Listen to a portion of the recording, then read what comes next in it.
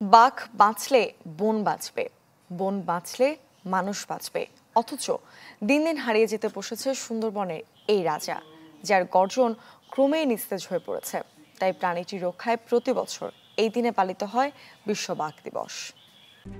RICL TMX, যুগের পর যুগ স্থাপনা থাকে মজবুত। ভয়ঙ্কর রোমাঞ্চকর যে প্রাণীর পরিচয়, সে হচ্ছে দ্য রয়্যাল বেঙ্গল টাইগার। গহীন সুন্দরবনে নিঃশব্দ আর দৃঢ় পদচারণার জাতীয় পশু। কিন্তু গর্বের এই বাঘ আজ বিলুপ্তির পথে।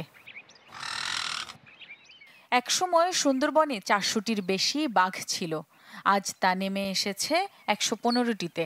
বন উজাড়, চোরা শিকার আর জলবায়ু পরিবর্তনের প্রভাবে সংকুচিত হচ্ছে বাঘদের আবাসস্থল। বাঘের খাদ্য সংকট দেখা দিয়েছে, সে কারণেও বাঘের অস্তিত্ব হুমকির মুখে। বাঘ মানুষের যে দ্বন্দ্ব, সেই দ্বন্দ্ব নিরসন করে বাঘ মানুষের বন্ধুত্ব সৃষ্টির মধ্যে দিয়ে আমাদের এই বাঘ রক্ষা করে আমাদের পরিবেশের ভারসাম্য রক্ষা করতে হবে।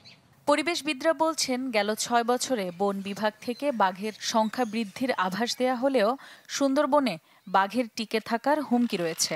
তাই বাঘ রক্ষায় শুধু সরকার নয়, সচেতনতা বাড়াতে সবাইকে এগিয়ে আসতে হবে।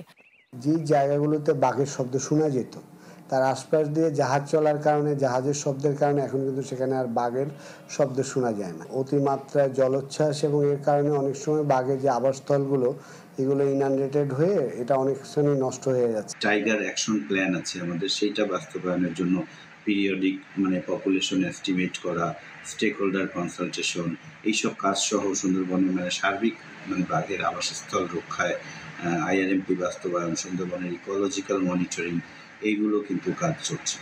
বন বিভাগের তথ্য বলছে, গেল 25 বছরে সুন্দরবনে অন্তত 91টি বাঘের মৃত্যু হয়েছে, যার মধ্যে হত্যা করা হয়েছে 58টি, স্বাভাবিক মৃত্যু 30টি আর প্রাকৃতিক দুর্যোগে মারা গেছে 3টি বাঘ।